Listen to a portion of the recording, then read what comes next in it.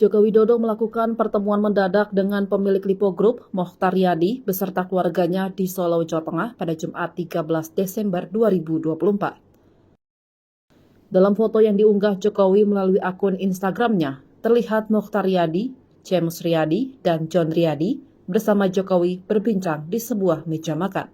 3, 2, 1.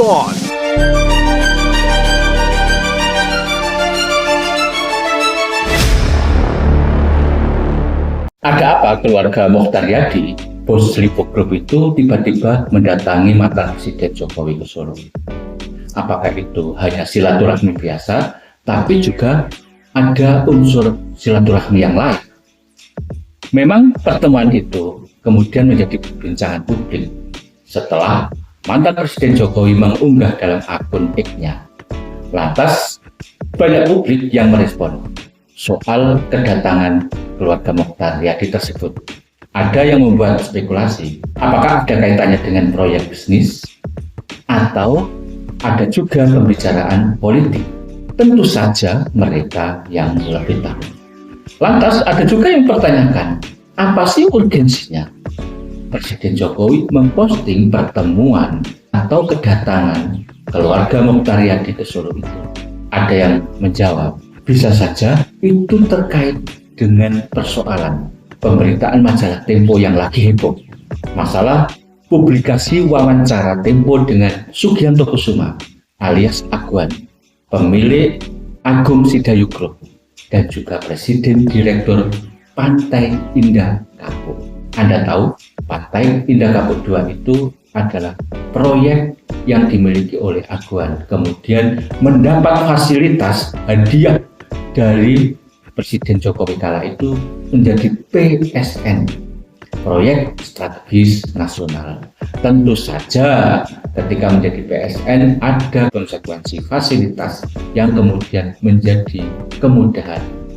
Tapi ada juga yang membuat analisa kritis soal pertemuan Jokowi dan keluarga Mokhtar Yadi. Ada yang bilang itu masih terkait dengan mega proyek ambisius yang dimiliki oleh anak perusahaan Lipo Group, soal proyek Meikarta di Cikarang, Bekasi. Memang proyek Meikarta yang ada di Cikarang, Bekasi itu berjalan ketika Jokowi masih menjabat presiden. Tapi kan kemudian masalahnya proyek Meikarta itu banyak sekali skandal yang ada di dalamnya.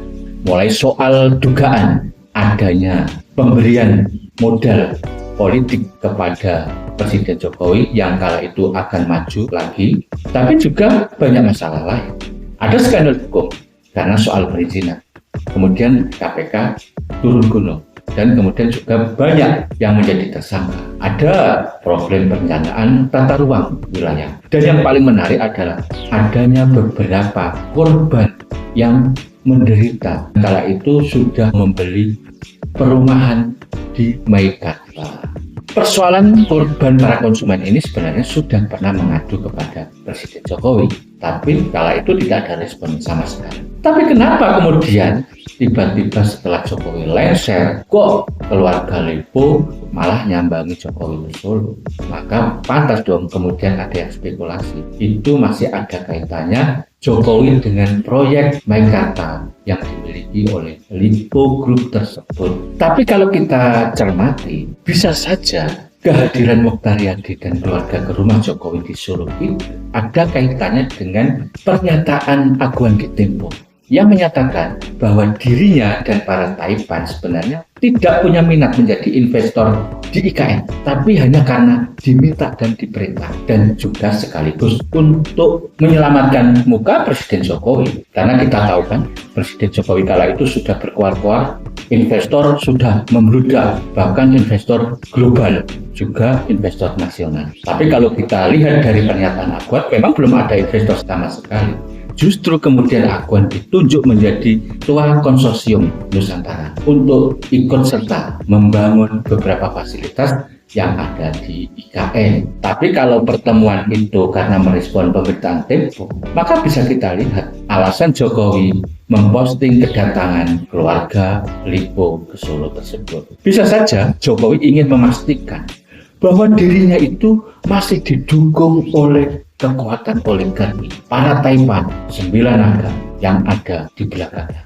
Dan Jokowi juga mencoba mereduksi pemberitaan Tempo dan pernyataan Aguan.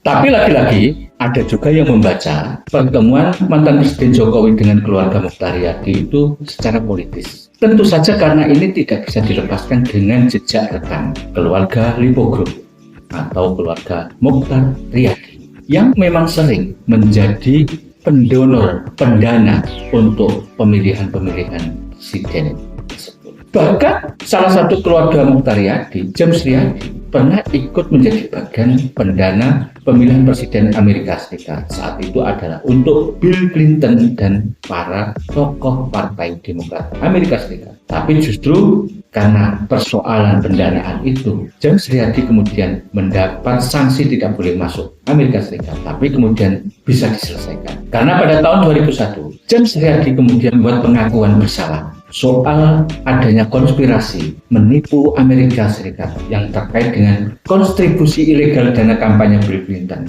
dan para partai Demokrat yang ada.